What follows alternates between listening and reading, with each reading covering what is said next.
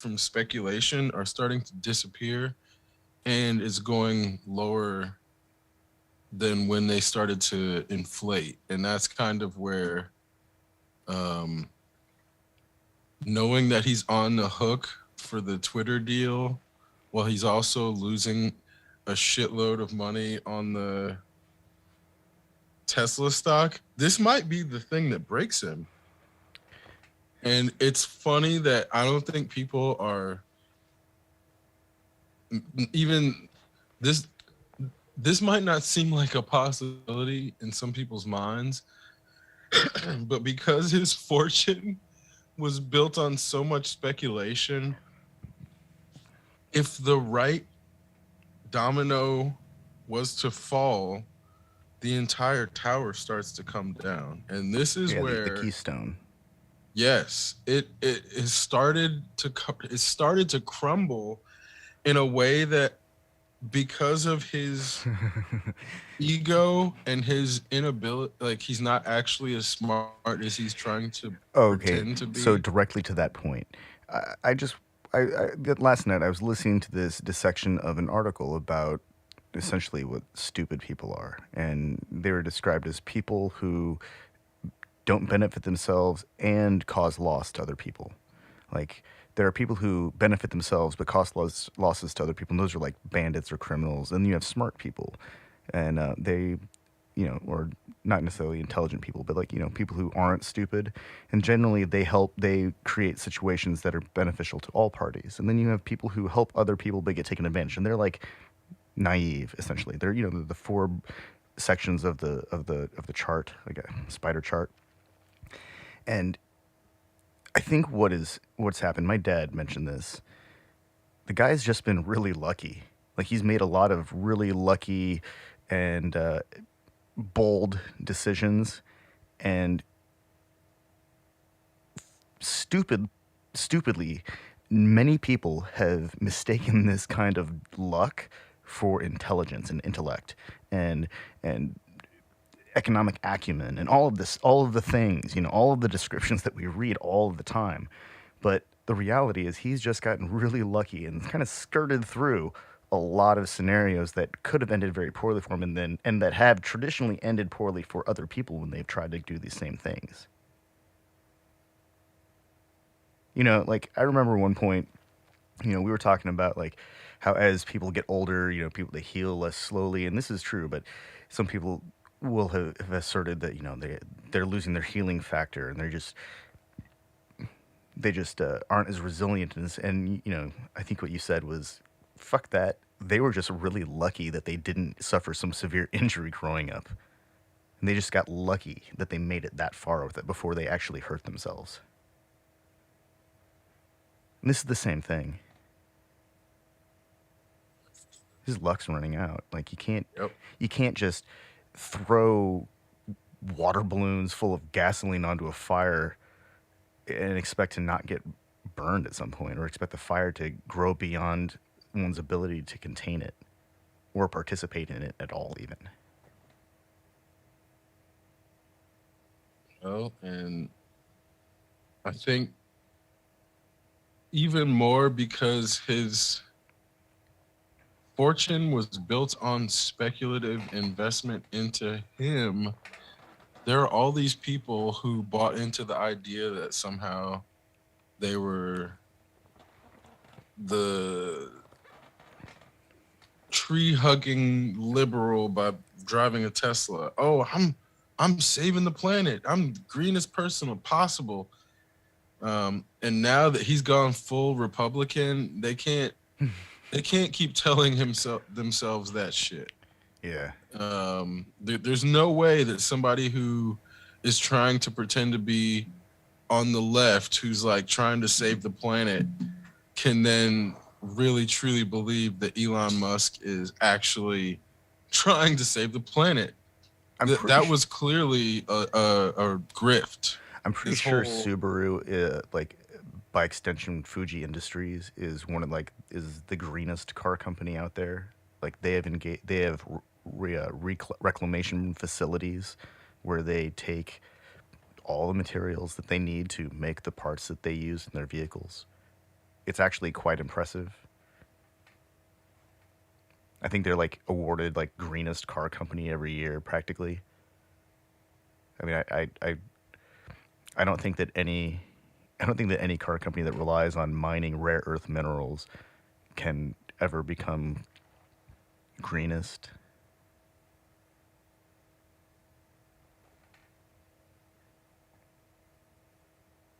No, I mean I don't think it's like even possible to true because they're not super transparent at every level. Yeah.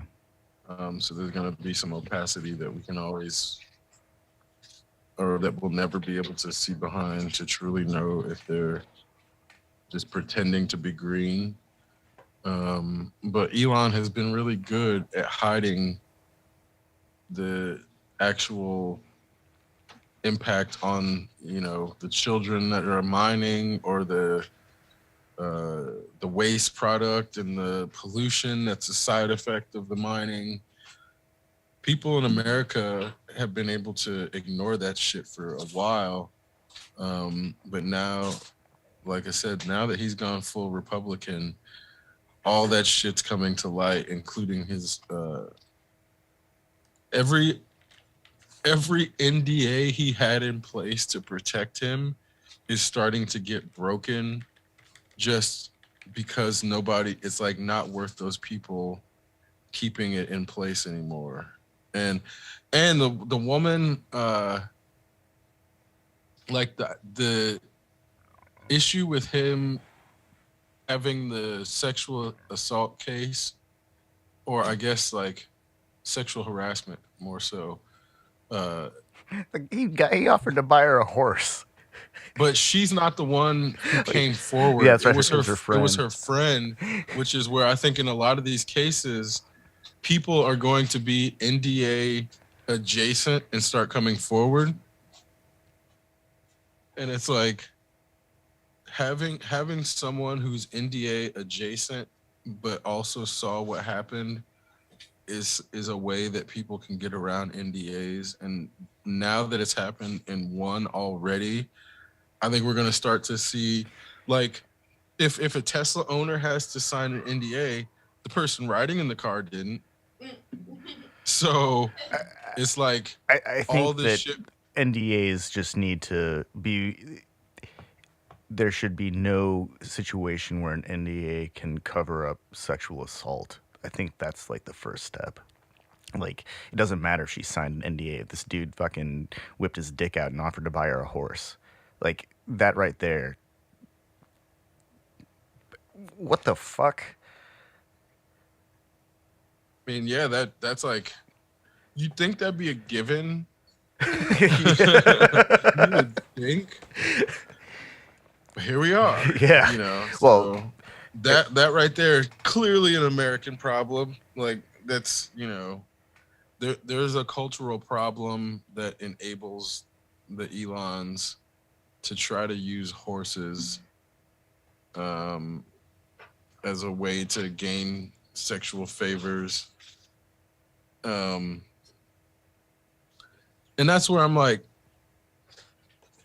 anybody anybody who has any sort of access control, you like there'll be a dude inevitably to try to use that access to gain sexual favors. And it doesn't have to be some sort of conspiracy in order for that to happen because dudes are gross and eventually some dude is just going to do that. So it's like knowing that people like Elon are using their NDAs to protect themselves when they're doing that. It's like, yeah, we need to just address the NDA law breaking problem where it's like if someone breaks a law, an NDA shouldn't be able to protect them from getting like exposed that they broke a law, because then it's like they're gonna go all as much as they can into ruining anyone's credibility associated with the accusations. So at that point, it's going to be difficult to find anyone who's actually impartial to do um, like an assessment, because then realistically, if someone has never heard of Elon Musk and has never heard of being what he's being accused of, they probably have no business actually making a decision about anything because they're really disconnected from like mainstream reality. Um, it's like it's not to say that people need to understand everything that happens, but if a person has not heard that Elon Musk is being accused of sexual harassment in a way that was covered up by his NDA, then they shouldn't be on a jury. That person really shouldn't, because they're just not aware of the real world to know like how laws are being abused against someone to then be deciding on something. Like that to me, it's like this weird expectation of not being aware of something to get an unbiased objective, when in reality there's no such thing as a fucking unbiased perspective. It's a paradoxical framing. Like Yeah, if I'm a person, a I can't subjective have an objective. unbiased, yeah, exactly, an objective perspective, an objective Subject. subjective perspective. What? You're asking me to do what? Wait. That means they expect the jury to be extremely dissociated, like Yes, that's really exactly dissociated. right. Like Yeah, holy crap! yeah. Like That's a dumb expectation, and it's internally illogical in a way that when people actually think about it, the idea of someone being impartial because they don't know the specifics of the case before learning about the specifics of the case, it's circular logic. And it's a terrible type of circular logic that then only reinforces the laws that are already in place based on the people being presented with information based on how the laws allow information to be presented, because it has to be approved before it can be shown in court. Just so. so, sorry, go ahead. Oh no. Go ahead. Well, I was gonna say, if anything is being presented in court, it has to be presented to the actual court officials beforehand, and they have to approve it. Like, otherwise, it will be deemed to be inadmissible, and then it'll be like the information has to be actively thrown out from someone's judgment, or you can't take that information into account if you're supposed to be on the jury. So it becomes this weird place of like, if someone doesn't understand how the system works, if they're not familiar with the particulars of the case before being presented with the allowed information in the courtroom,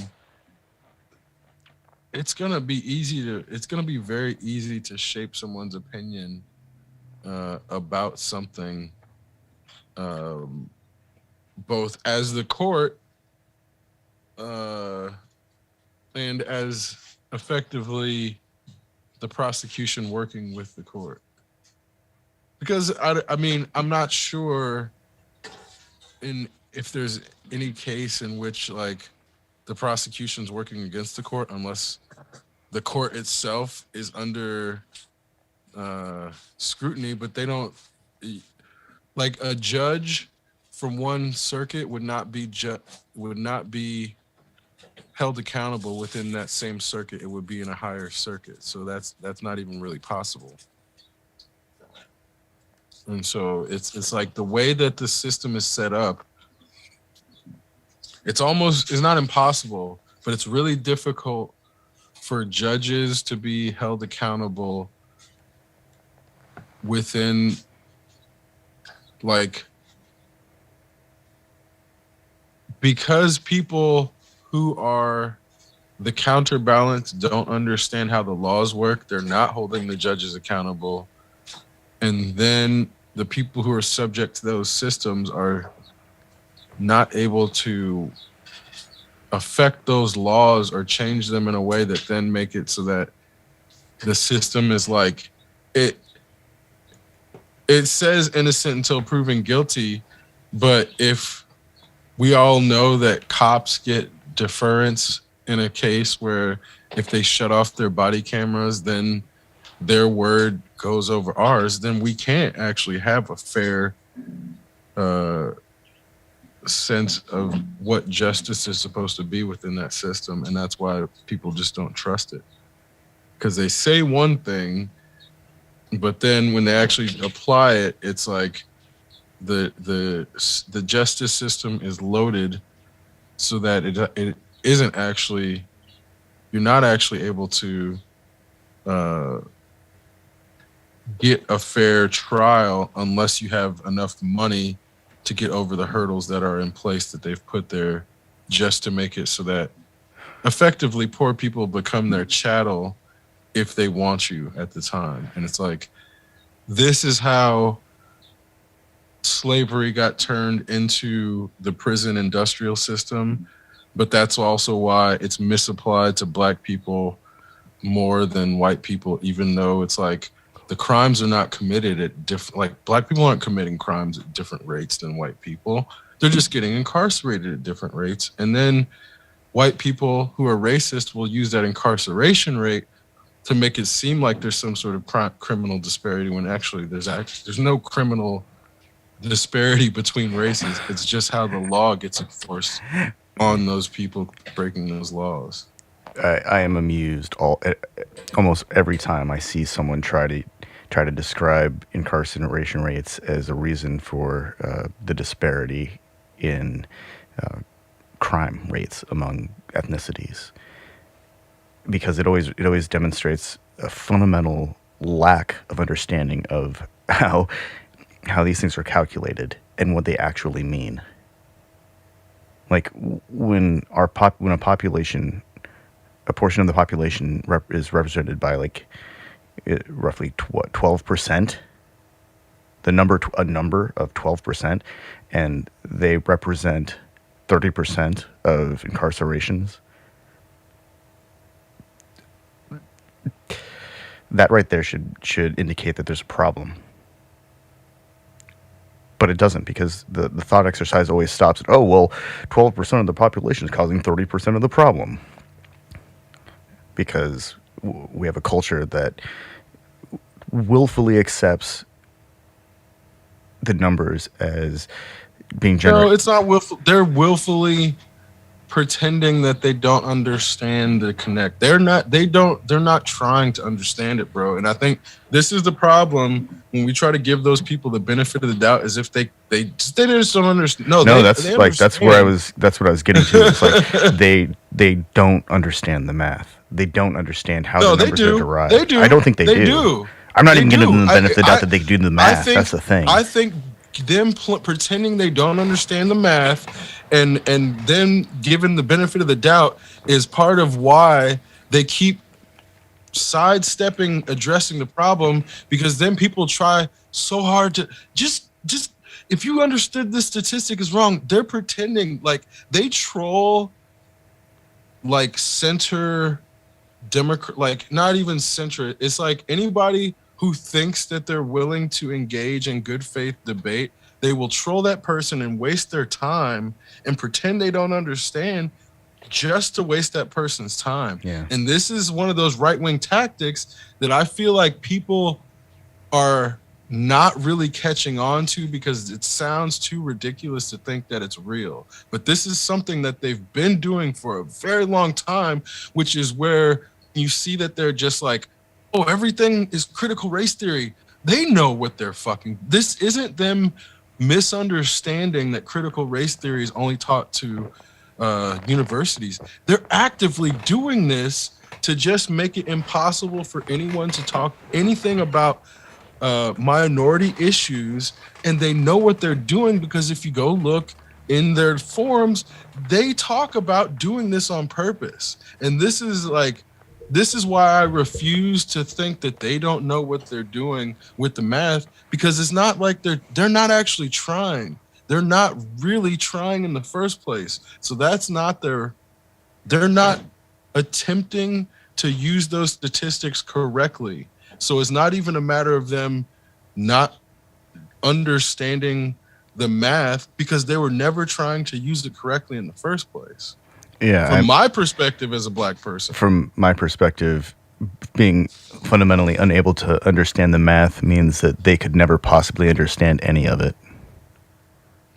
Because Like, they're not, I mean, they never tried. yeah, Because here's the thing. Like the notion of like single black mothers. Well, guess what? There's more single white mothers than there are single black mothers. Just period. Statistically, proportionally, just purely by numbers. But where's that trope? That trope doesn't exist. That's not a stereotype, even though by the actual numbers, because like someone talked to me, they were like, his friend asked him, like, why is there such a problem with black fathers not being present in the house? And I'm like, first off, it's not a problem with black fathers because there's more absent white fathers than there are black fathers. But the idea that people would say that shit in 2022 and think that that's a real issue is because they don't care about they're not trying to actually learn how statistics work. They're just trying to reinforce this notion in their head that white people still have a leg up on black people, because the problem is Asian men in particular have a leg up on white men, and they can't figure out how to get around that in their own country, quote unquote. So this is why they keep having to punch down. And this is where I'm like, white men aren't even the most affluent fucking demographic in America anymore. Let's get that on the table. They're not. They are not the most affluent demographic. And I feel like people do not really understand that in 2022. This is like a huge deal that the media is like really not addressing from any perspective because they have too much other shit to deal with. So when we have this like great replacement theory, like the great replacement theory has been around for so long that the media getting to critical race theory before they got to great replacement theory is just another example of white supremacist institutions being baked into all levels, whether it appears to be coming from the left. There is no more left in America, if there ever even was. I don't know if there ever was. I haven't been alive long enough, but there's never been a left during my actual lifetime. So before us, maybe there was. Like, I don't know, maybe, but I sincerely doubt it. So I just learned about replacement theory not too long ago, like about 3 or 4 days ago. And I thought it was a joke at first. It was so surreal. Like, it's like, no way anyone actually believes this crap. And you're right. The dive took me back way further than I thought was reasonable. And so, you know, people are afraid and they'll believe anything, it seems. And if they can find a scapegoat, I think stupid people are generally willing to blame anything and everything they can before, if they ever get to the point where they can acknowledge that they're, you know, partially responsible, you know, their hand was involved in the outcome of their life. It's not even, they don't have to be stupid, man. This is where I'm like, I think that, okay, there is a benefit to being shown the pre-Nazi propaganda that was framing Jews as rats and framing them as the problem that was causing the German state to lose its prosperity, and that like all of these things that led up to Nazis emerging, it's the same shit. It didn't start a month like last year. This shit has been going on in America since birth of a fucking nation, when they're portraying black men as rapists, as if like only black men were rapists at that time or something. Like, it's not even like that's something that the media has never stopped doing, down to like last week when fucking CNN, who people will say is a left-wing organization, was running images of monkeypox outbreaks with black people from 1996 when it's fucking white people in like Oregon or Washington or something, or fucking somewhere that got it. So this is where I'm like, the idea that they're, and then the excuse is, oh well, the only footage they had was from Africa. Well, take some fucking updated Wait, pictures then. they're telling me CNN is trying to use an excuse that nobody has a cell phone in 2022. Right. And they had to run because here's the problem.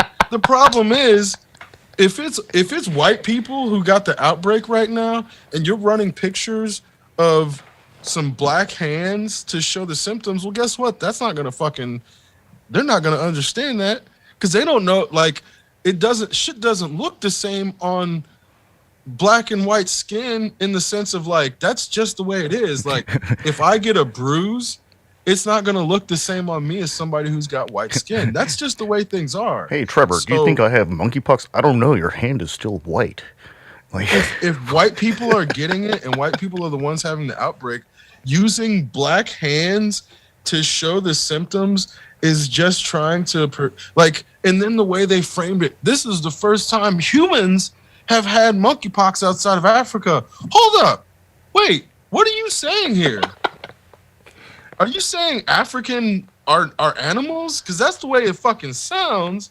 And everything that the Western media does in framing Africa as this like sick fucking disease infested continent that's they treat as a country, even though it's 54 fucking goddamn countries with 3 times the number of people in America, with 60% of their population under the age of 25, with like 50% of it being under 18, or I think it's like 75% under 25. This is not a fucking dying, suffering continent. This is a young, growing continent because their population has doubled or like tripled in the last 20 years, because there's actually a ton of prosperity when fucking Europeans aren't stealing it. And they've gotten better at not allowing Europeans to keep stealing their shit anymore. And the crazy shit is, Europeans are trying to make it seem like Chinese people are stealing, or the Chinese government is stealing their shit, when there's more of a mutual exchange. From what I can tell, it's not that Chinese government doesn't try to exploit at any turn they can. China's doing business. They want to make turn a profit on their investments, right? For sure, but they also don't want to just have the local government take whatever they invested and take it, because they can't do anything militarily to recover it if they piss off that local government, and then there's like some sort of change in power. So you really have to make sure that you protect your investment politically by actually having good relations, instead of being like, oh, I'm just going to use my fucking military and guns and make coups happen and use the CIA. I'm pretty sure China's still building hospitals and schools and roads throughout Africa. That's their like initiative. It's like an extension of the Belt Road Initiative. They're gonna like exactly right. They're Instead building of military bases. Yeah, they're building highways, interstate. Well, the equivalent of our interstates. They're building refueling stations, like gas stations, not refineries. They probably have refineries, but hospitals and schools. Hospitals and schools, that's the part that really blows my mind. They're not without problems, because they'll build these things and then give them like 50-year contracts in which they'll have to be paid back. And if that local government doesn't do well enough, the Chinese government basically takes ownership completely. And if that's like a local airport or a hospital, that's fucking horrible. Yeah, so it's not as if the Chinese government is without problems. The issue is they're just not doing it with fucking guns. So if somebody's like, okay, I'm going to use business tactics to position our influence, that's way fucking different than the way our government is doing it currently, sending 700 special forces into Somalia. Wait, economic incentives. That's how everything is supposed to happen, right? And mutually beneficial, Yeah. not just economic incentives, mutually beneficial. Yeah, mutually It beneficial has to be economic acknowledged incentives. that it's mutually beneficial. Because otherwise, if you're saying, "Oh, this is just for you," oh, you're fucking lying. What's the backdoor deal? Why'd you tell me this is only helping me, and you're just doing this out of goodness of your heart, and you're an organization that needs to pay some bills? Nah, I'm not believing that in 2022. Yeah. So you tell me Maybe what if you're this was getting out like of it as a business. the early 90s, we would have bought it, but not anymore. Right. Not now. Mm-mm. Well, it's just like whenever Facebook was trying to, they were trying to say they're going to give like the African continent free internet using goddamn hot air balloons. Fucking idiots. So they pitched this shit as, oh, we're gonna save Africa and leapfrog the entire continent with our stupid fucking hot air balloon idea because you guys don't know math and you can't test this. And I'm sitting there like, this is fucking stupid. And then people are like looking at me as if I'm the person who doesn't know what I'm talking about because I'm calling bullshit on these like pie in the sky Facebook ideas. So there's like times where it's like been really fun to see Facebook or like Google setting themselves up for this huge fucking failure and then being like a public forum where I'm saying, oh, they're going to definitely fail with this. And further, this is like some way they're trying to set up a big data theft. Like they're saying they're doing this for altruism. No, they're trying to steal some data. And that's like time and time again, it's all been proven right, even down to when they're pitching the metaverse. They did not say anything about the 50% fucking commission on everything when they're trying to pitch it at first. And they just slid that shit there. Oh, yeah, if you build a business in the metaverse, we're going to take 50%. Sorry. What? Did you say 50? No, we're just going to take 50%. Did you say 15? No, 50. 50. Wow. 15 or 50? 50. 50. 50. 50 fucking percent of everything in the metaverse they were trying to. That's like. That's almost nonsense. Isn't that like nonsense? That's almost twice what Apple takes. Apple takes 30 cents on the dollar, I think. I think Google takes 30 cents on the dollar too. Yeah. So does Amazon. So 50 cents on the dollar. They acquired Oculus only to turn VR chat into something that they were trying to have a paywall behind which they were going to take 50% off of anything that went in that VR chat. So it's like we've been calling all of these intellectually dishonest. Well, dishonest, but also stagnant. They're intellectually and creatively stagnant tech companies that get in these loops of like trying to convince people that they have the next big thing, and they have not been delivering on anything that's actually exploitable. Whereas, well, you know why they can't deliver? China doing like fucking building like a sun on the earth. Man. For something that's more powerful than the sun. Like China and who's Hyundai now are they're pushing batteries that can be changed in electric vehicles in like what, half an hour, 20 minutes. Yeah, I think it was between 20, or it was less than 20 minutes because they automated it so that you drove into the bay and then everything was like done by. Yeah, it's all done by machine. Arms. They just like a cartridge, like we were talking about. It's like a gigantic Nintendo cartridge, and they pull it out, and then they shove a new one in, and then engage the clamps, just like closing the dock on the old NES system. Y'all know what I'm talking about. It's a fucking giant Nintendo cartridge that powers an electric vehicle. How much cooler can it get? And you know what? The Chinese did it first. Holy crap! Chinese can't innovate my ass. Right. And then you see that shit happening, and then Tesla trying to be like, oh, we're the leaders in electric. Well, not really. Mm-mm. You guys definitely got left behind. So You know that's where. this is on the subject of being left behind. Russia just purchased, or didn't purchase. They entered into an agreement with China, and China's going to deliver a bunch of server processors to replace the. Well, they expect them to fail within the next few years, but all of the Intel and AMD systems, they've got to replace them with something. And so China has a server grade processor, and it's not very fast. It's not doing it's compared to like our Western benchmark tests. But these are the chips that are powering like Alibaba and the back end for Chinese internet, and they seem to be doing just fine. Maybe it's like because they have, you know, umpteen million of them, and we can only really test one at a time. And so maybe they're scalable in the sense that if you've got a cluster of like 100 of them, they can do the lifting of 150 computers. I may be wrong. But we're always trying to measure things with, familiar metrics when we don't actually know what like societal expectations are.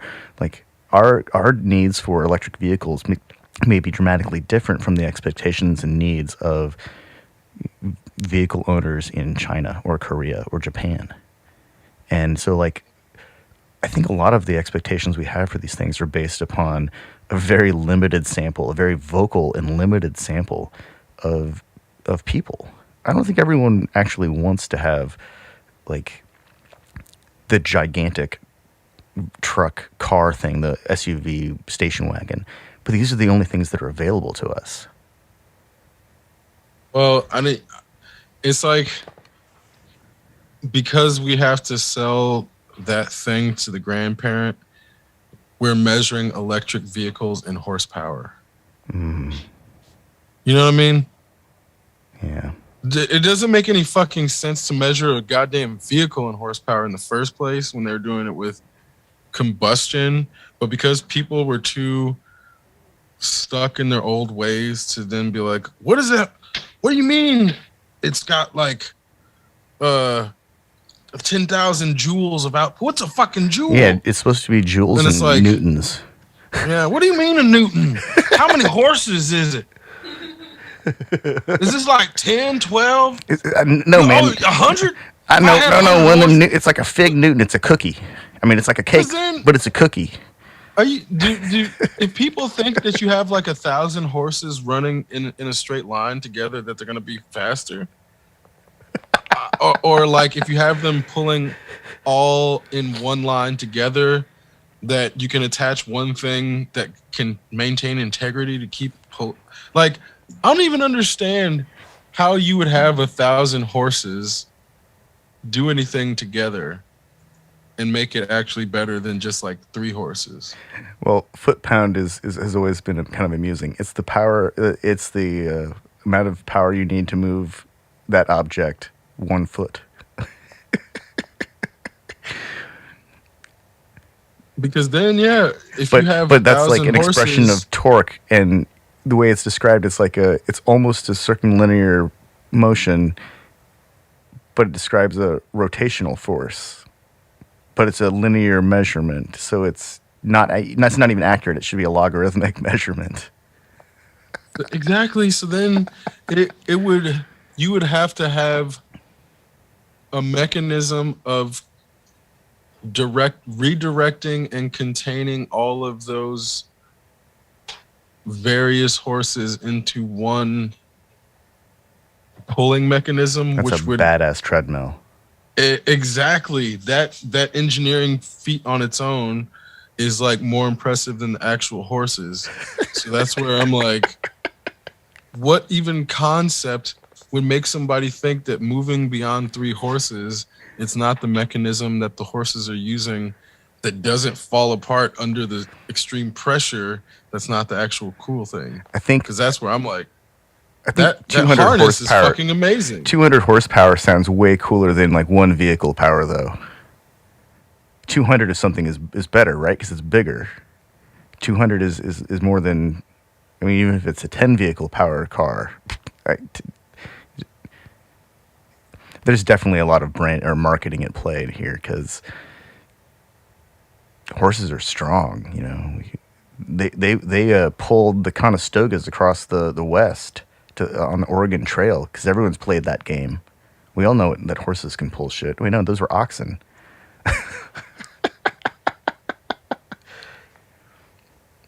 Having oxen power. Yeah, oxen power makes just as much sense.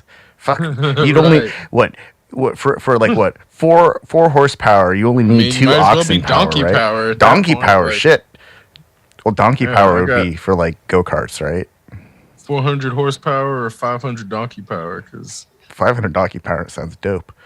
it sounds more powerful than 400 horsepower. I want something Even really though, fierce. I want goose power. There's actually a measurement I for mean, ducks. why isn't Duck it power. husky power? Like, why are we sticking to horses? Like, Yeah. huskies pull shit too. What is it like? 2,000 husky power. Dude, 2,000 husky power sounds awesome. And it's like, Could we rate if I was shovels like, in dog oh, power? we should call it husky power. Be like, well, that's fucking stupid. Well, why are we calling it horsepower then? Wait, we should also rate shovels in dog power too, like Bloodhound and Lab and Saint Bernard. Saint Bernard would be a really big shovel. I mean, yeah. Why would you measure tractor engines in horsepower instead of oxen power? Like, if anything should be oxen power, it's fucking tractor engines. Well, maybe in America, but in like India, it would be elephant power. Oh yeah. So I would totally rather have like a 3 elephant power tractor versus a 10 oxen power. Because fuck, 3 elephants? Are you kidding me? Or 7 camel. Yeah.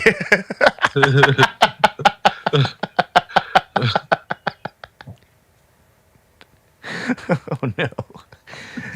Which again, it's like, yeah, we sound ridiculous, quote unquote, for suggesting elephant power. But maybe it's time to retire horsepower when we're moving to electric vehicles. Yeah. Because a 1,400 horsepower electric vehicle just means absolutely nothing. 10,000 It's eels. just 7,000 elves. 10,000 eel power. That sounds dope. 23,000 fairy power. Yeah. I've got a 4 million lightning bug conversion system. One Vegeta over 9,000 powered engine. like, oh yeah, I'm the ridiculous one. Yeah, man, this thing's got like 3 Kakarots of energy.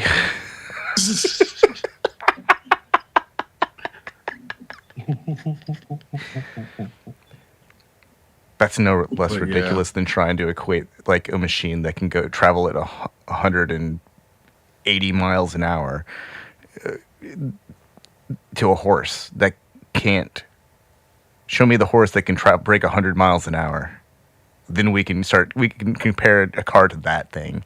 But well, and this is, yeah, for sure. Yeah, no horse is getting anywhere close. we could call them like a Vespa. We could describe that as a cheetah because those things go like 70, 80 miles an hour. I'm not sure which one I'm talking about, but they both do. So I'm like getting to the point because I've been driving a lot in Forza. Like when you're not just going off a starting line to see how fast you can go, how quick, there's a lot to racing and driving a vehicle that I just don't think most Americans are aware of. So when they can just buy a 400 horsepower Dodge Hemi or whatever the fuck, Dodge Charger, A muscle car. for like $40,000, and then they can get like a 600 horsepower version for $30,000 more. I'm like now really very skeptical of that culture being good in that I'm not sure. Like, muscle cars aren't meant to be on the road. Like, race cars aren't meant to be on the road. And I think if people were taught more reasonably where to actually use those things versus using this thing as a status symbol, you wouldn't see people driving Maseratis at 30 miles an hour. Like, it's that to me, when you have a supercar that is being driven at a speed limit of like within a city, it's fucking sad. That's not awesome. Like, the car itself looks cool, but that's like It's just idling a around. waste. It's a waste. It's a waste of that engineering. It's a waste of that vehicle. It's a waste of gas. That person is just, they just want to be seen in that thing at that point, because it's really, if you're in a city, the more, like, you don't have to be rich to be like, okay, this is not a smart thing to do, just in the sense of, oh, if I'm burning gasoline at 10 miles a gallon, well, I'm making it less likely that I'm going to exist a longer term, because I'm like, not just on an individual level about global warming. It's a matter of, like, when you really sit and think about it, a fucking Hummer is stupid. Driving a Hummer is stupid. Unless you're on like a place where you really need a heavy duty vehicle to make sure that if your tire goes flat, it can inflate itself because of X, Y, and Z. I'm not going to say being in war justifies it, because I think that's stupid too. But, like, if somebody really, really needs this, if they're on Mars and they really need to make sure that their vehicle that they're driving, it can get a flat and keep going, okay, I get it, Hummer. But just driving a Hummer to get fucking groceries, that's dumb. That's stupid. There's no other. I can't. Any heavy duty vehicle that's not being used to tow something or being used to go someplace and haul a bunch of equipment someplace, like that a normal vehicle can't get, is being wasted. Like, there's really no reason any American or any civilian ever should have been driving a Hummer. But just because people are like, oh, it's freedom. Well, man, I've ridden in like an actual really AM reasons? General, like it's a what H1 something. Like, they're not comfortable. They shake the living crap out of you. They're so rigid. Like, I felt like I got punched in the kidneys the whole time. Those vehicles were all bought out of spite. Every last Hummer, every single fucking one, because they're ugly. First off, they look like shit. So they can't actually travel that far. They have really high fuel requirements. Like, they consume a lot of gas. Terrible. And when our economy is in a place where gas was like $4 a gallon 20 years ago, briefly. Yeah. It's never been cheap to fill up a Hummer. It's always been $100 plus. Well, the thing, if not 150, 200. When they made the small version, the H3, that thing had like the potential to be really cool, except it weighs so much. But it comes like ready to go. It has all the features that you'd want to go like hardcore off-roading, and it's ready to go. But they don't have enough fuel capacity to actually go anywhere because they have all this stuff on them. So they need to be stripped down so that they can weigh less, carry more fuel. And then they're no longer like amenity driven. Now they're like back to being a really basic hardcore off-road vehicle. And so here's the thing though. The problem with that framing is I would posit and put up, I don't know the data off the top of my head, but I would put money that anybody who's actually hardcore about off-roading that's not in an off-roading league does that shit themselves and doesn't want to buy it all pre-done for them. Yeah, exactly. They're not buying a Hummer. They're starting with a different platform altogether because the Hummer is not that's not what they're doing. An old ass Land Rover or an old ass Jeep. Yeah. And an old ass Toyota. There's a list of world class because they don't want to worry about destroying it. Yeah, exactly. So the whole concept of something that's meant to be a hardcore off-road vehicle, off the line for a hardcore off-roading consumer, that person doesn't really exist No, they don't, like because in the they're real they're world. building up a vehicle over the course of time based on their needs, not based on what GM thinks they need. And that's where I'm like, I could see if if we're talking about like a desert race or an off-road race where we're just seeing like, oh, the best Oh, driver. there's a perfect example. For years, Volkswagen made an SUV called the Touareg, and in America they only offered it with like a couple engines initially. But at some point, it became like the darling of a desert racing league, and all of a sudden, the engine they were using there was this like V10 diesel.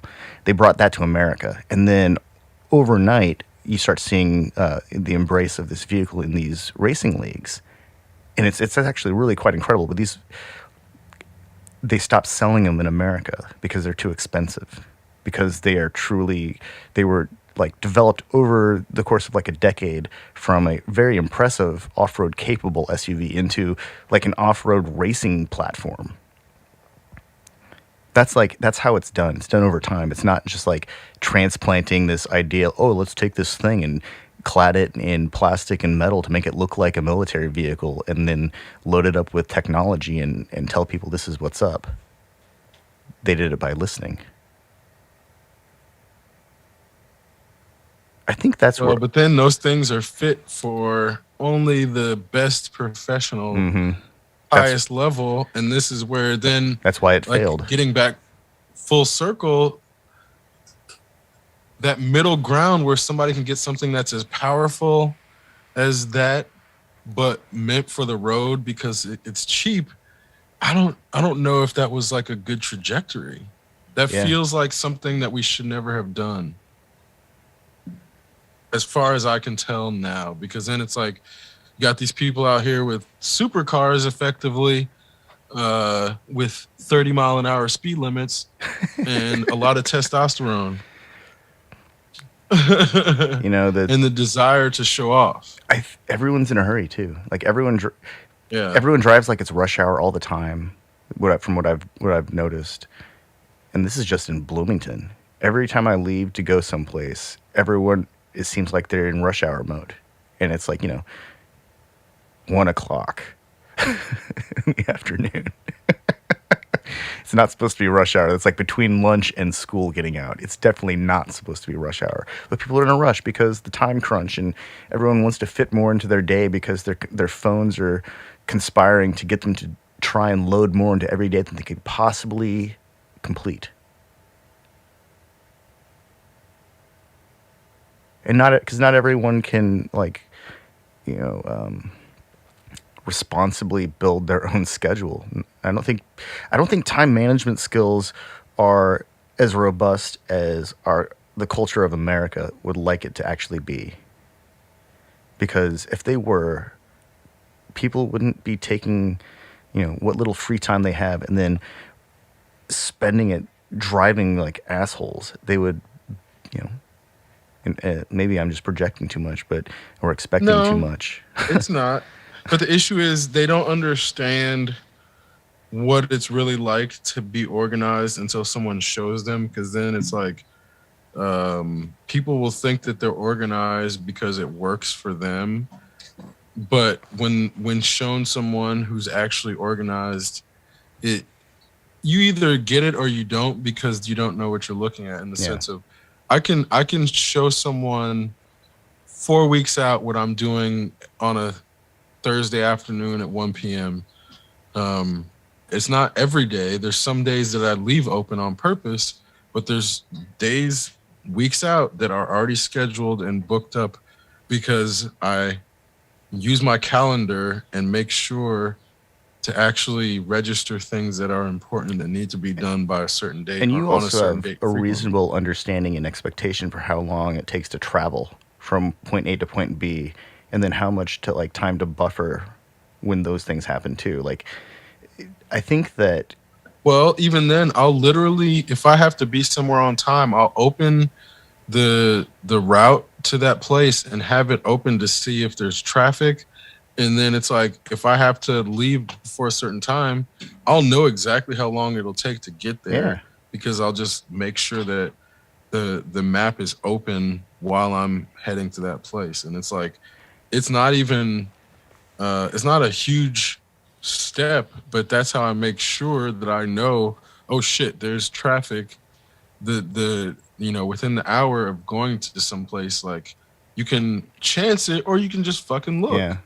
Well, when I was reading about traffic patterns during 2021, there was like a serious increase in the number of pedestrian and cyclist fatalities.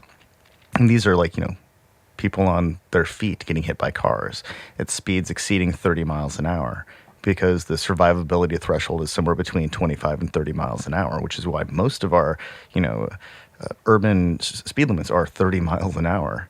Arterial roads get to go a little faster, like 40, 45. But, you know, and the weird thing is there were less cars on the road.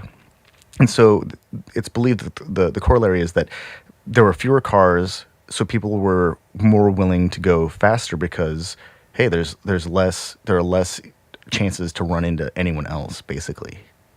Less traffic density leads to higher rates of speed. And which is also interesting to me because, everyone is either working from home or looking for a job or having to go in because they were part of the what were they called? The essential workforce. Anyways, like the last time there was as dramatic an increase in traffic or vehicle related pedestrian and bicycle fatalities was back in like 2005. And so all of these things correlate to recession.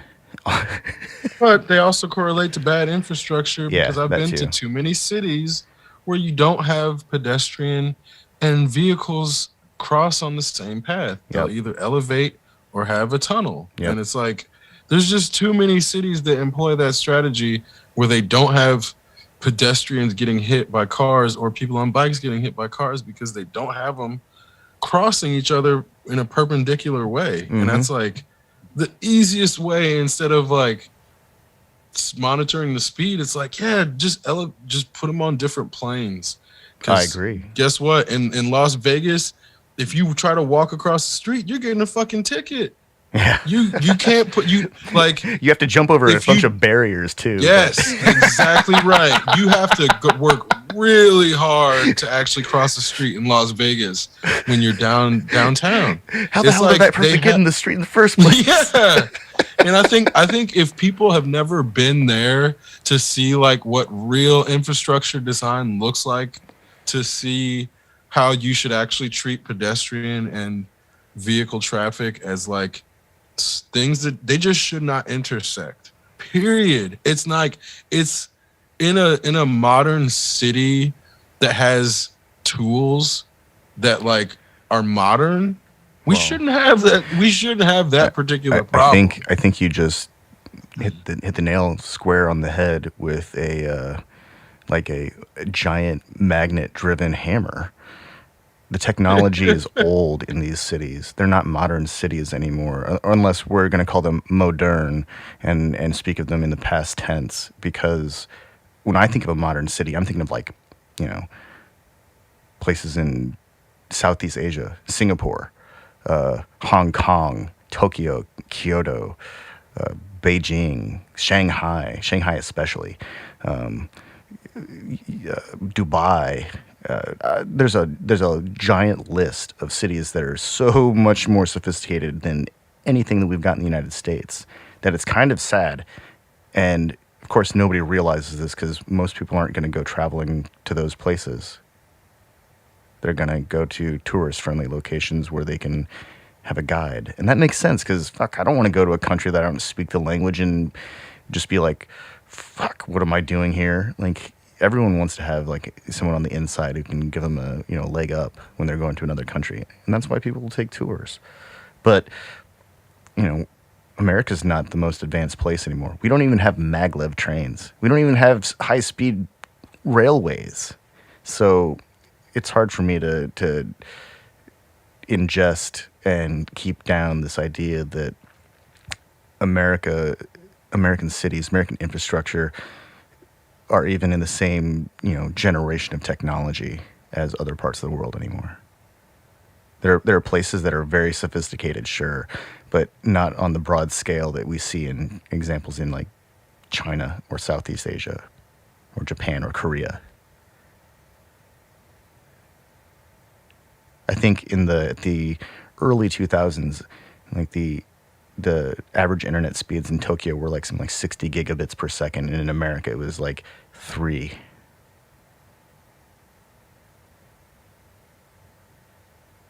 Like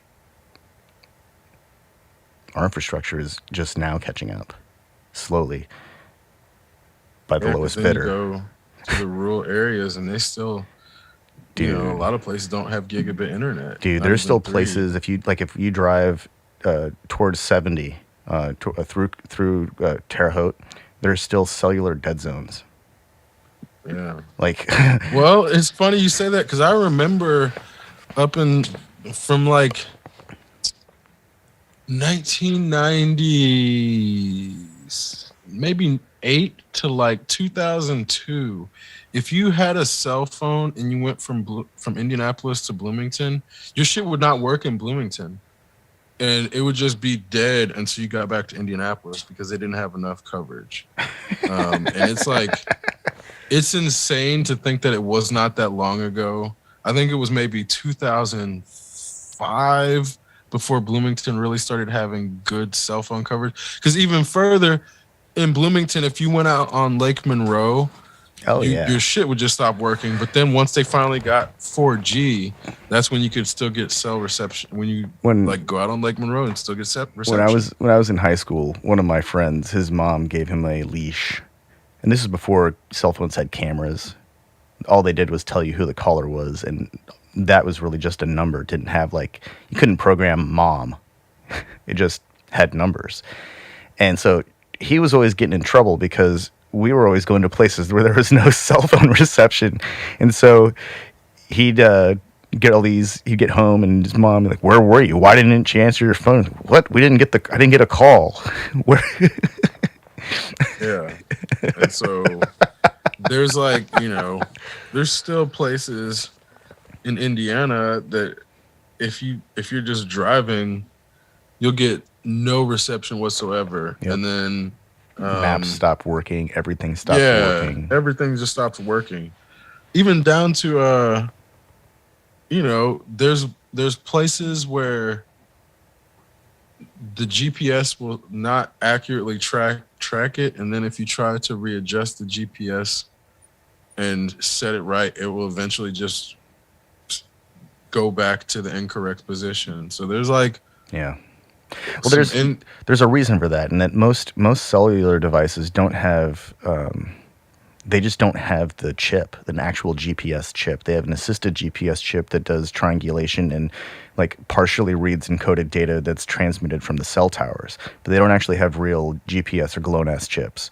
You have to buy a really expensive device to have a legit GPS functionality baked in, or like I mean, it's what $100 for a real GPS system, like a dedicated can communicate with or can read the satellite telemetry, but yeah, I mean, most something people, like that. and those things aren't small. Like the smallest ones are still thicker than a cell phone.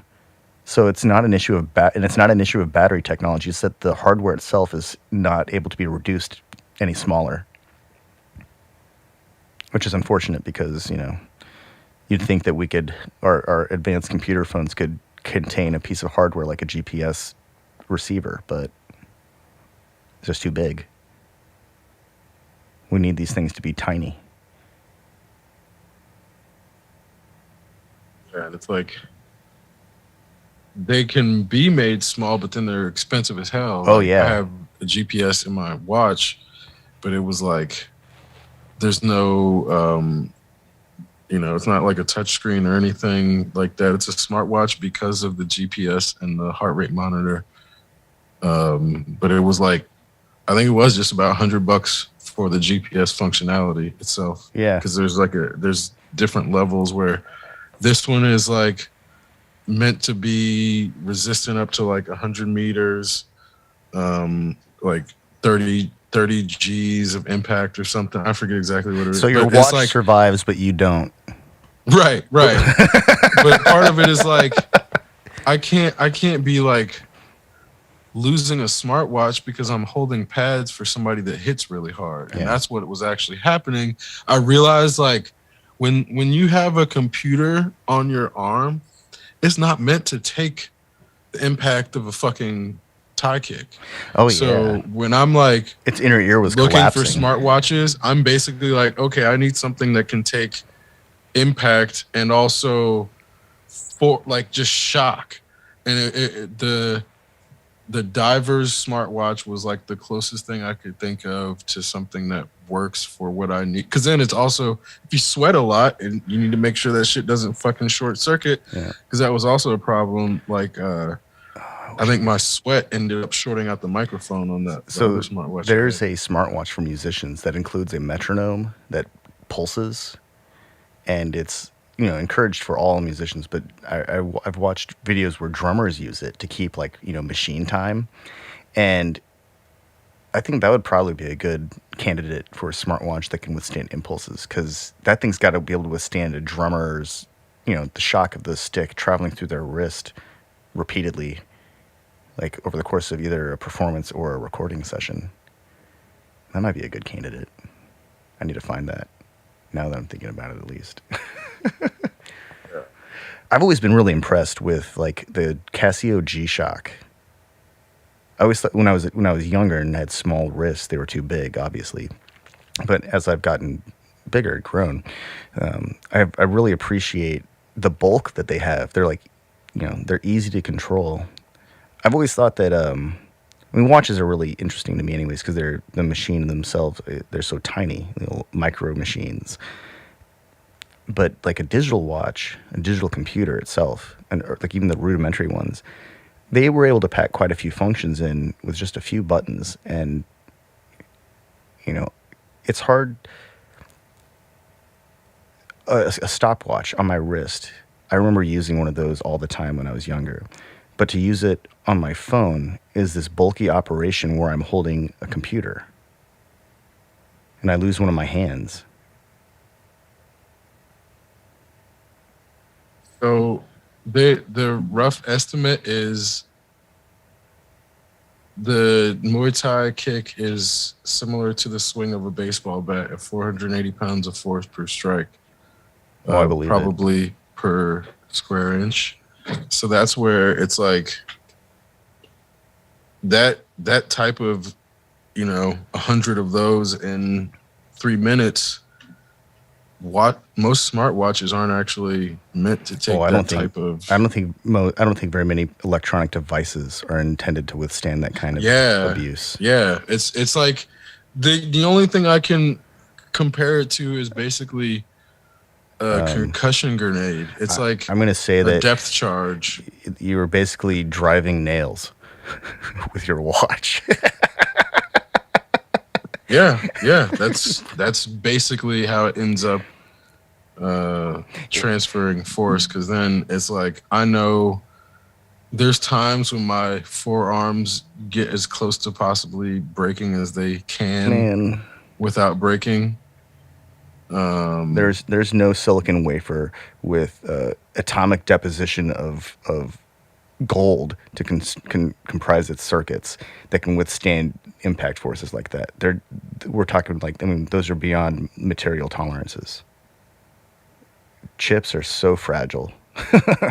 Yeah, because then I'm looking. It looks like the 480 was the lower end, so some of the higher level can be between 1,000 and 2,000 pounds of force. Oh yeah, I bet like how Michael Phelps has a biometric advantage because of the way his legs are shaped and the length of his leg bones and that kind of stuff for swimming. I bet there's some TIE fighter out there who's got like the biometric advantage with the way that the musculature attaches to their bones, and the way that they kick is somehow enhanced by that. I'm sure there is. Yeah, Sports Science recorded 2,749 pounds from Shogun Hua, Mauricio Shogun Hua, which he's definitely a martial arts legend from Pride, and he's shit. I think he just had a fight not too long ago, but yeah, I'm not surprised because you look at this guy and you think, oh, he's like okay, whatever. He looks like a fighter. He looks like a badass. He's not gonna have the hardest strike, but his form is what does it. In that, Also, his muscles and his legs are made of adamantium. right. I mean, well, what ends up happening with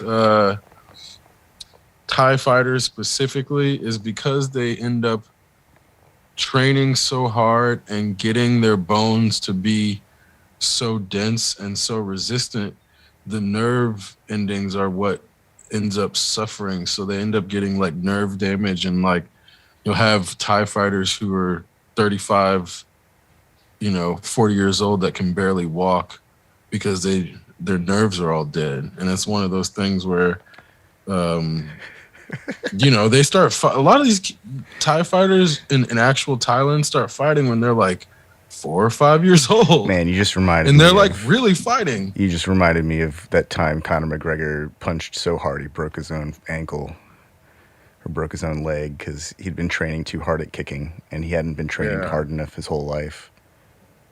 And he like compromised the physical structure of his bones and Hmm. his lower legs. Yeah, and that's some shit where it is like, And he had all the benefit of world class trainers and facilities and doctors, and it just goes to show that even world class fighters, they're not immune to the rigors of training. And so, to your point, somebody who's been doing this since they were 4, 31 years of kicking bamboo.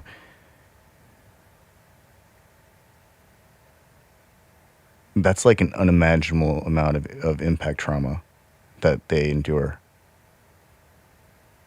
yeah, and I'm like, a lot of the fighters that I'm seeing have problems um get up the ranks is because their bodies aren't necessarily conditioned as some of the people in the higher ranks. So they're like, they'll be doing fine with their techniques, but their body gives out somewhere where the other person's body is just slightly more conditioned Yeah. for those specific techniques. Well, it Like what's the name? Sean O'Malley.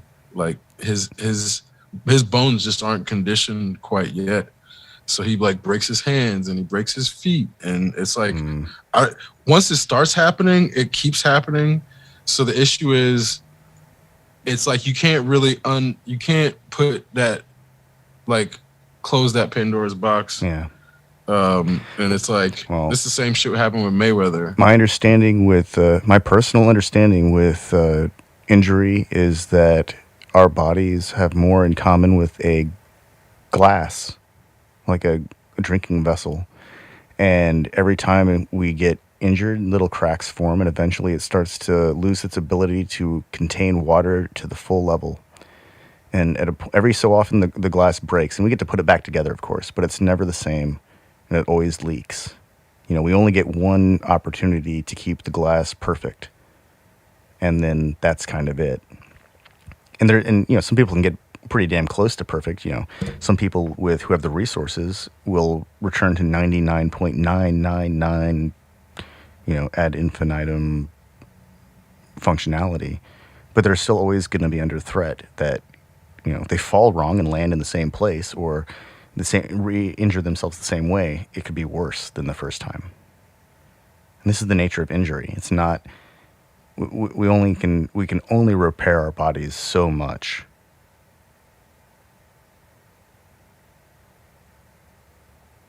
Yeah, which is where, you know, preventative healthcare to prevent it from breaking in the first place goes a Mm, long way.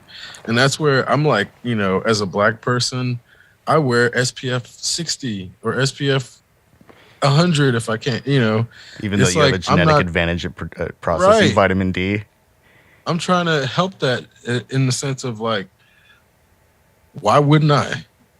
If I Yeah. if I can give it even more, why wouldn't I? So I think it's like really weird when this culture is like encouraging destructive behaviors that also shorten life and uh don't preserve that vessel with the understanding that as far as we know we only get one. um so it's like weird to treat it like this to me gets back to why we should not treat traveling between destinations as something where you like want to go 120 miles an hour in a vehicle that's not meant to do that on those roads. In that, like, okay, if I had um let's say I could call an air taxi to get me to wherever I needed to go, I wouldn't actually care about driving. Like, if I really wanted to drive, I'd go to a fucking track and get in a high speed vehicle or do it in a simulation. But if I had my transportation where I could just be like, okay, push this button and an air taxi is going to lift me. I forget about the cost. Let's just think about the movement and solution of transportation. It don't have to be this one either. If there's anything like, if I go and put myself in a pod and the pod just gets transported, let's just say it's magic. Because the issue is, if people get hung up on how it happens, then they don't realize like The the benefits. problem. Well, it's the issue is the problem is the transportation. So let's take the method of transportation out. If I just like push a button and I go lay in a pod and I don't care how I get to my destination, but I magically get to my destination and I don't have to worry about dying. I know I won't die because this method has been proven so safe that it's better for me to just lay in this pod than drive myself there. Then fuck the car. The car is stupid because I could die in that car because somebody's gonna run a red light, or. And when we're driving up to Indianapolis and back, we almost die 2 times or more because somebody's fucking being a dumbass on the road. Well, if I just get in this magic pod and I don't have to worry about that, I don't have to drive anymore. Man, Yeah, fuck that. I'm not driving anymore. I'm just using the magic pod. those three So like, idiots within the first 5 blocks of getting back in the car to head back to Bloomington. That right there was just like, what the crap? And then those two idiots in the trucks who are playing the weirdest game of following each other really closely and then changing positions. That was the weirdest foreplay that I think I've ever seen. well, we didn't do anything to warrant almost dying in a car wreck except for use a car. That's the only thing we did that would make it in that trip. The reasons, I mean, obviously we didn't get injured physically. The issue is with vehicles, you can go from being fine to almost dead in an instant, and that's a huge problem. So that's where I'm like, when people don't have that understanding of how quickly you can go from driving along just fine, talking about what you're about to do when you get to your destination, to almost dead or dead because someone ran a fucking red light, then I'm like, okay, this isn't actually a great form of transportation because there's like, even though the numbers and statistics are low, being that one person, being that one death is like the difference between just taking a casual drive up to Indianapolis for the sake of looking around at an event center versus your last drive, your fucking last thing you do on this planet because somebody couldn't fucking slow their roll and stop at a goddamn red light. So this is where, to me, the whole movement issue, where just moving around is like a life or death situation, even whether people want to acknowledge it or not. Every time you get in a car on a road, you're putting your life in fucking somebody else's hands. Yeah. And somebody who might not be trustworthy of having your life in their hands. So it's like the reality of that, I think, is something people just push out of their minds when it's the thing that should be in the forefront of their mind every time they get behind the wheel of a vehicle. Because that's what every time I drive, no matter how calm I look, I'm always worried about some fucking idiot worried too worried about getting somewhere on time, not concerned with other people's lives or their own life. Because I've seen people like I've seen them driving and I'm looking at that person, I'm like, "Oh, they don't care about their own life. Of course they're not going to care about my fucking life. The way they're driving, they don't care about their own fucking shit." So I need to get far away from that person as possible because I don't want to be collateral damage because they don't give a fuck about themselves. That's like the reality of getting behind a vehicle every goddamn time. Well, they're in a hurry to go see their the casket maker. They're in a hurry to go see their mechanic. They're in a rush to go to their doctor. They want to see us. They want to see the surgeon real bad, so bad that they're willing to go to the emergency room. Wherever it is that they're going so fast that they have to break the law to get there, it means that they didn't leave on time. So either it wasn't important enough or they lack the critical time management skills necessary to get places on time, or they're overloading themselves, or they're in a situation where they have no time and they have essentially traded what little time they have to have even less time. It can't be that important if someone's running late. I refuse to accept that. Yep. It's important. There, that's a paradox. If it's important, leave early. Give yourself plenty of time, like more than plenty of time. Get there half an hour early if it's actually important. But the culture of like that relies on speeding to get anywhere on time. Like down to the wire, everything, rushing in at the last minute, like out of breath. Oh, I made it. That's so inconsiderate to everyone else who leaves on time or gets there on time or who is taking the time to get someplace safely.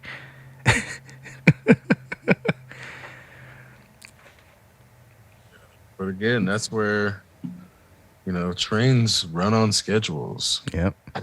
They can't not run on schedules. You missed the train. Are meant to run on schedules, but they can't because they have to interweave with vehicles. So they can't stick to their schedules.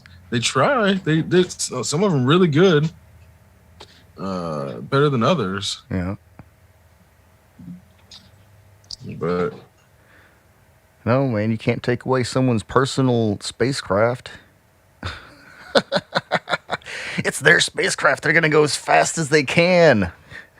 Get out of their way. You're slowing them down. It's funny, though, is that there are some roads where it's like, I can see why some people would like to travel quickly on them because no one's around. I get it. But those roads exist because people don't travel fast on them. Like, we have main roads for people who are in a hurry. If they want to push the envelope a little bit, those are big, wide roads with stoplights. And if you time it right, you don't have to stop at any of them. Yeah. It is really amazing when you can drive from the west side of Bloomington to the east side and get all the green lights and do it in like 5 minutes. Yep. And then when you get all the red lights, it takes like 20 minutes. And then you're like, man, I just want to run all these. But it's like, well, you know what it's like. So here's the best part about all of this is that I've lived in Bloomington and been driving in Bloomington most of my life. And so there are a lot of roads where at certain times of day, there's no point in even getting up to the speed limit. Like there's some roads where it's like, if you get up to 25 miles an hour, you're still going to be slamming on your brakes because the person in front of you, isn't even thinking. And so like, I know that there's probably someone behind you who's like, this motherfucker won't even go 30 miles an hour. And it's like, yeah, but if I do that, not only am I wasting a bunch of gas and putting unnecessary wear on my vehicle that, none of the people behind me are going to pay for, but I'm also running the risk of rear-ending somebody because it's just impossible to even go the speed limit in some places. And then of course, with any kind of small town, small city that has urban environments with like, or yeah, urban development within the city, and you have housing and residential areas, some idiot's always going to speed through a residential area, and it's like that's the part that actually bothers me the most. I don't care if someone's on like Walnut or Third Street, like the big arteries of Bloomington, and they're gonna go a little bit fast because people are assholes on those roads anyways. But when somebody decides to drive through a neighborhood like that they don't even live in, and they're gonna just burn through it, oh man. Having been a kid in Bloomington and almost gotten run over by some asshole who decided to cut through a neighborhood on numerous occasions, or going over to someone's house to find out that their dog or cat got hit by someone's car and that person doesn't even live in the neighborhood, they're just flying through it. Like, that shit is the reason that people just need to pay more attention. Like, I'm actually convinced that a lot of people are just oblivious to speed limit signs. Like, they just ignore them. They just travel at whatever rate of speed they feel comfortable traveling at. Well, and I think people are under the impression that they're better drivers than they actually are. And this Yeah, is where the better I get at driving fast, the less I actually want to drive fast when there's not the proper conditions. And the more I see people driving fast in a way that they shouldn't, because it looks like they don't understand the physics of how their vehicle wants to drive. So they're pushing their vehicles in a way that their vehicles they're not meant to handle at the wrong time. And that's why I'm like, oh, you're not actually a good driver, but you think you are because your vehicle can go fast. And this to me is like, there's this notion of people wanting to buy expertise in something and then buying the notion of jumping ahead of the line into that's being like, I'm a race car driver now because my car has 500 horsepower. that's It's like like, well, you don't know how to handle that shit. that's fundamental to every off-road fail video I watch. There's always someone who overspends on their first really serious off-road vehicle, and it's like built for capabilities that they've never experienced, or environments they've never experienced. So they go out to those places convinced, oh yeah, I've got 40-inch tires and all this stuff. I can do all this stuff, and then they break their car, like just flip it over and bend the shit out of it. And it's like, man, good thing I can't afford to do that, because not that I would, but I think that's like a classic problem of too much money and not enough sense. Oh yeah. I mean, I know multiple people in my high school flipped cars. Like I can tell you three off the top of my head. One was a Subaru, one was a Jeep Cherokee, uh another one, no, it was two Subarus as a matter of fact. Oh One was wow, an Impreza, and then the other one was it's like not an Impreza, but it's like I think a Legacy. oh yeah. Yeah. So like I I had a legacy wagon. but they survived, but the issue is they had no business driving those fucking cars. They had no business. I know one of my friends had a WRX. That's a lot of car. That's a whole lot of car because I remember sitting in the passenger seat, like him going. He must have been going 70 miles an hour around a curve in. Uh, it was like an off ramp curve that had some, what's it called, some traffic cone, not the cones, but the big like orange. Uh, Oh, they look like they look like trash cans. Yeah, they look like trash The cans. big Whoever is making those is making billions of dollars selling them to the government. That's another scam. That's a racket. Regardless, that's a whole racket. But I remember going off and he hit one of those, because then I remember thinking, oh, they're like, they must be, I think it was like filled with water or Yeah, they're something filled at the with water. time. So it didn't destroy the car, But I remember thinking, oh my God, we almost drifted into the fucking cement. And luckily there was like that thing The there, or else water we would have cushion thing. definitely, You know, yeah. my uncle had a Mitsubishi Evolution MR, which at the time it was like the last generation of Evolutions they made for the public, and it was top of the line. The thing was incredibly fast. I think I got it to third gear before I realized we were going like 80 miles an hour and decided to slow down. And it was so easy to go fast, and I realized in this moment it's like, this is too fast for me.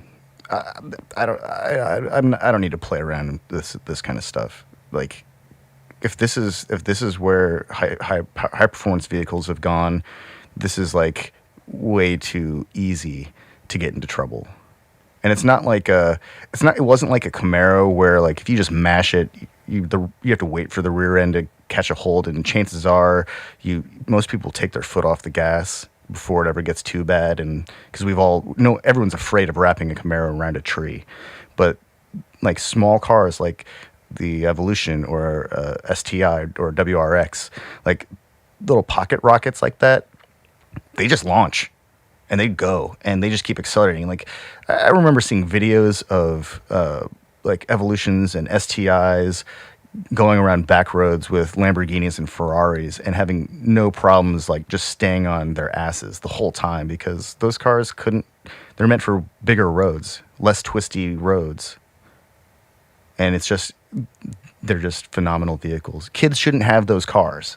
Parents who buy their kid a WRX or an STI are insane.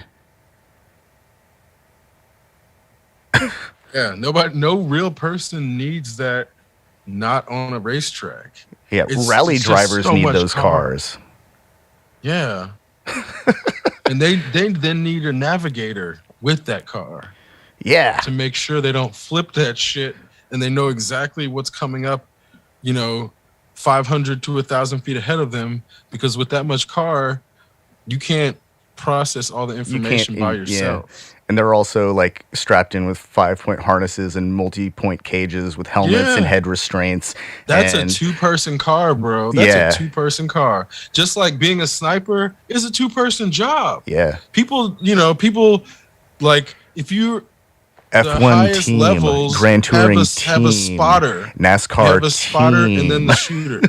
Yeah, because the highest level takes more than one person to execute at that highest. I mean, level. even dirt track racing have racing teams, and they have a spotter who's on the radio. Like, Yep.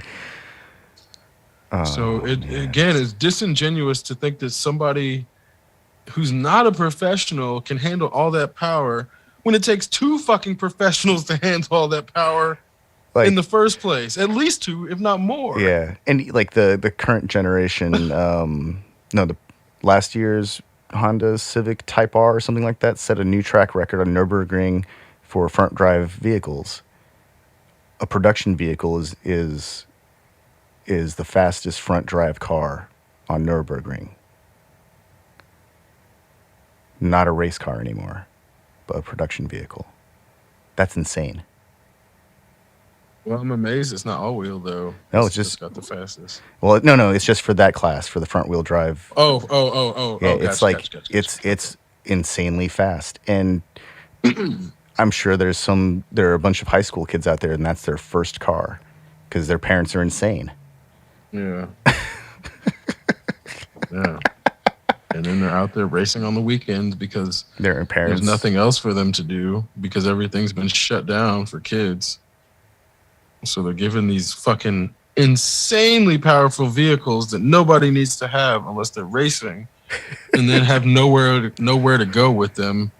So they just, like, it's been going on since before we were born. There's whole movies about this shit. Yep.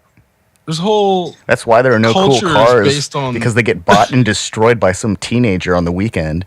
And then so the idea of this being part of American culture, well, it is. I don't know what Hollywood studio started this dumb shit, or what car company paid to build this into American culture. But now, as somebody who really, really, really enjoys driving fast, I'm like, hold up, time out. This is not good. And this is where I'm like, again, I still enjoy driving really, really fast. I'm just not an idiot. I'm just not a kid. And understanding like moving between destinations in a city, nobody needs to go more than like 30 miles an hour. Like you really don't. There's no real reason to have to go more than 30 miles an hour in a city if you're just trying to get somewhere within that city. The Air Force dumped incredible amounts of like 50s and 60s money into researching road safety. And one of the reasons they settled on 30 miles an hour is, in addition to the highest rate of survivability for pedestrians, there are very limited time gains. Like you have to drive, I think, 7 miles an hour over the speed limit in a 30 mile an hour zone before you gain 1 second per minute, because stopping and slowing down still have to happen. And so that addition and the expenditure of fuel and the wear and tear on the vehicle over time adds up, and it actually increases or decreases the amount of time between maintenance intervals, because now the engine's being used more frequently at higher rates. So this is like a chain reaction of events that all end up costing more, essentially. But there's no real time savings until you start hitting like 60 miles an hour and travel a mile a minute. But this is also why cities shouldn't be planned out to be more than 30 miles in diameter. Yeah.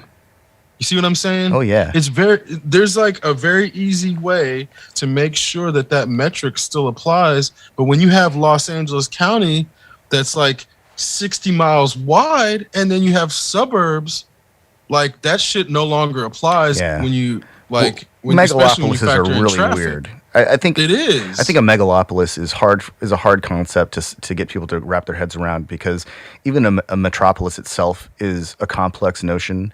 But once we get past a metropolis and start and the urban sprawl and suburban sprawl, there are no gaps to separate them, and they are essentially one giant space. It's not a city, because you get multiple cities inside those places. And so the rules don't work. It doesn't scale the same way that typical urban planning could ever work. I don't even think urban planning really works, though. No, it doesn't. Not in America, anyway.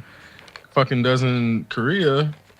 Does in like other places, somewhat at least.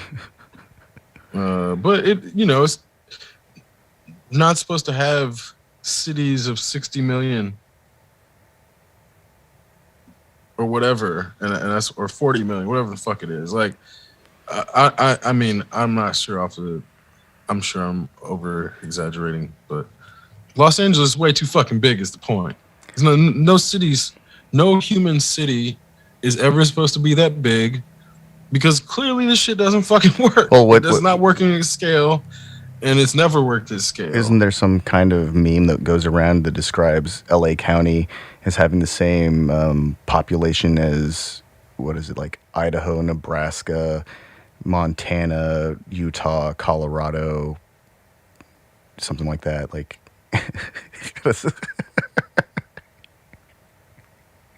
what? It says population of LA is only 4 million. What? Oh, Los Angeles County is 10 million. And then California is 40 million. Yeah. Okay, so it's like, or maybe it's like if it doesn't work, if it's this bad at 4 million and 10 million in the county, I mean, we're definitely not supposed to be building megalopolises. Like, this shit is not working. Yeah, it's not.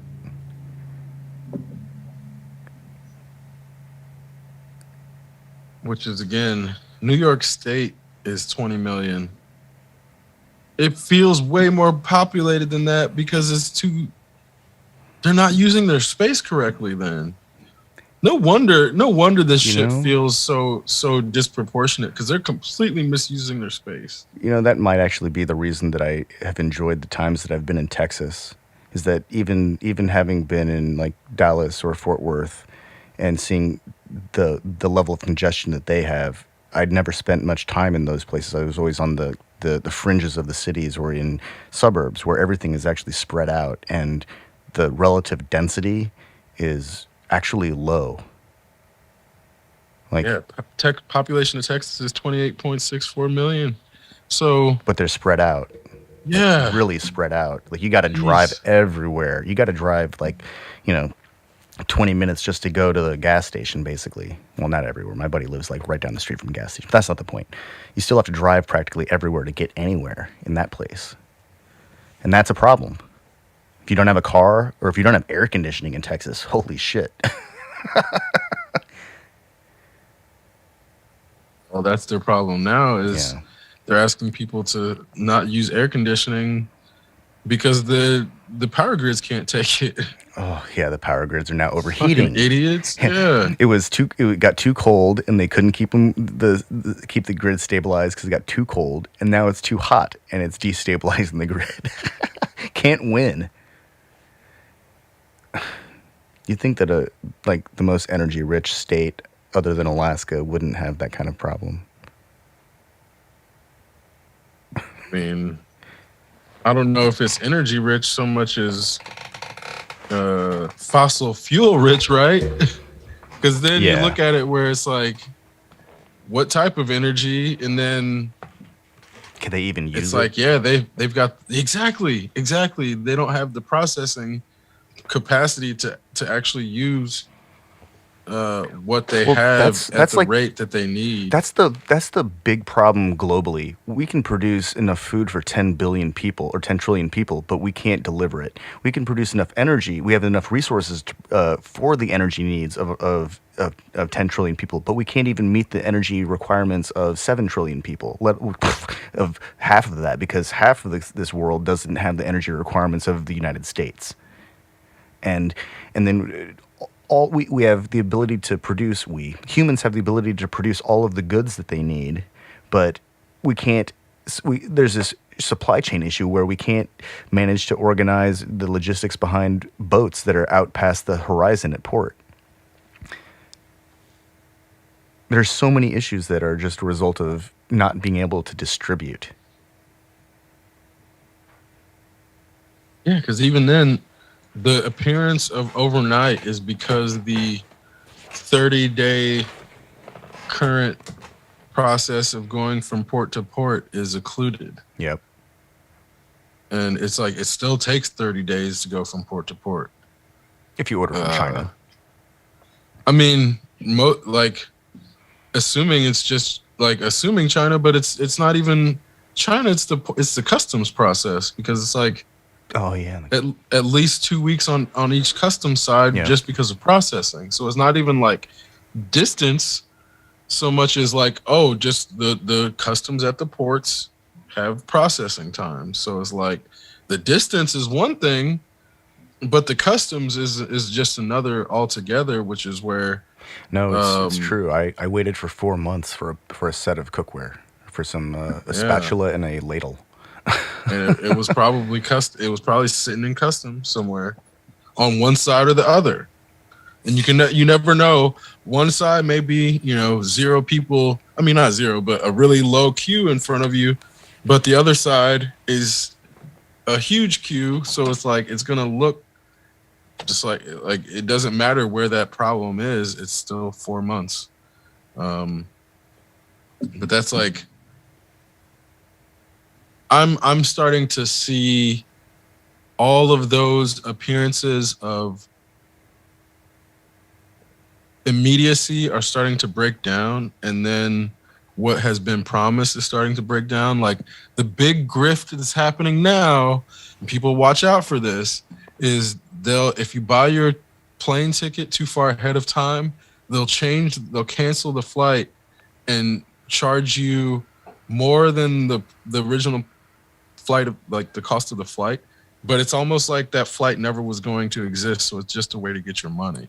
And this is like, I'm seeing it happen to more and more people where they'll buy a plane ticket and their flight will get canceled with the only option being like significantly more money or a really inconvenient time. You know, And the that's where shit it's part about like, all that is that they claim that it's rising fuel costs, but if the fuel that we're using in our vehicles, in our airplanes, and all the stuff that's being refined, that has a shelf life. So it has to be used at a reasonable time frame after it's processed. The raw materials that are used in that process are purchased anywhere from a year to 2 years in advance. So the price yeah, oh the yeah, price of yeah, fuel yeah. It's today just does not reflect the price of fuel no, when the materials were purchased. nope. Two It's years ago, bullshit. It's complete yeah, bullshit. 2 years ago the fuel might have been really cheap, and they got a great deal on it. And now they're getting 3 times the value out of that fuel because of the today market. And I get it; Yep. they've got to get more material to produce more fuel, but it's such a disingenuous play on the numbers. And they're Oh, and relying people have on, no choice. yeah, well, they're relying on people having no short term memory for this and having no ability to even project the costs like over time. I Yeah. think if people realize that if everyone realized, hey, we're getting shafted by these people and they're making hand over fist on it, and they're complaining that they aren't making enough money, it's eventually something has to give. Either it collapses or they change. There's no way around it. It's not. I mean, it's like the very definition of unsustainable. Sure. And I see it happening more and more where I'm like, oh, this is the I don't know if it's the last stage of the industry, but they're definitely pulling this grift more and more frequently where I'm seeing people just like publicly, because the issue is nobody knows until they start voicing it publicly. Yep. So now I'm seeing this story happen almost daily from somebody who's trying to call out the airline. It's like it's not just one. It's American, it's JetBlue, it's Southwest. They all do it. They're all doing it. Yeah. But because when it happens to a person, it's like usually under the wire and they're just trying to get to where they're going. Nobody's got a chance to be like, hey, airline industry, what the fuck are you guys doing? Because everybody's so worried about just getting to where they were trying to go. And now the airline held their fucking trip hostage. Yep. So this is like a huge. This is happening, man. So, I see this shit happening. On a lighter note, this is actually a thing. People with their Teslas are dragging around trailers with gas generators. I'm not making this up. This is like a culture of electric vehicle owners hauling around gas generators. I have no idea what even to do with that.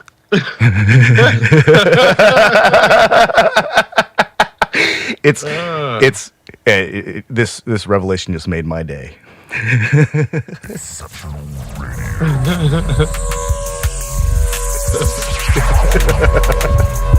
Exceptional Randos Show is produced live in Sunroom Studios Base Capsule and in partnership with KLST 103.5, RadioCallisti.org. Remember to catch our Exceptional Randos live stream on YouTube every Sunday between 2 and 4 p.m. Eastern Standard Time. And if you have a story, idea, or question that you would like to share, we want to hear from you. Thanks for listening. Well, that was random. Exceptional.